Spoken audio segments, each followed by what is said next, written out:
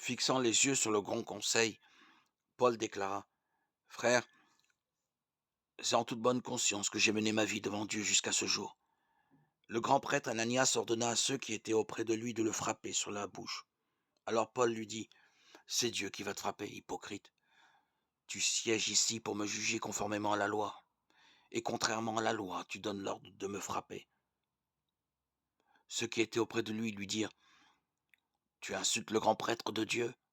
Paul reprit: Je ne savais pas, frère, que c'était le grand prêtre, car il est écrit: Tu ne diras pas de mal d'un chef de ton peuple. Paul se rendit compte qu'il y avait là le parti des Sadducéens et celui des pharisiens. Alors, devant le conseil, il déclara d'une voix forte: Moi, frère, je suis un pharisien, fils de pharisien.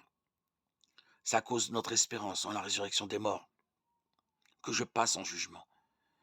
À peine eut-il dit cela qu'une dispute éclata entre pharisiens et sadducéens, et l'assemblée se divisa. En effet, les sadducéens prétendent qu'il n'y a ni résurrection, ni ange, ni esprit, tandis que les pharisiens y croient. Cela fit un grand vacarme. Quelques scribes du parti pharisien intervinrent pour protester vigoureusement. Nous ne trouvons rien de mal chez cet homme. Un esprit ou un ange lui a peut-être parlé. La dispute devint très violente, et le commandant craignit que Paul ne se fasse écharper. Il ordonna à la troupe de descendre pour l'arracher à la mêlée et le ramener dans la forteresse. La nuit suivante, le Seigneur vint auprès de Paul et lui dit: Courage, le témoignage que tu m'as rendu à Jérusalem, il faut que tu le rendes aussi à Rome.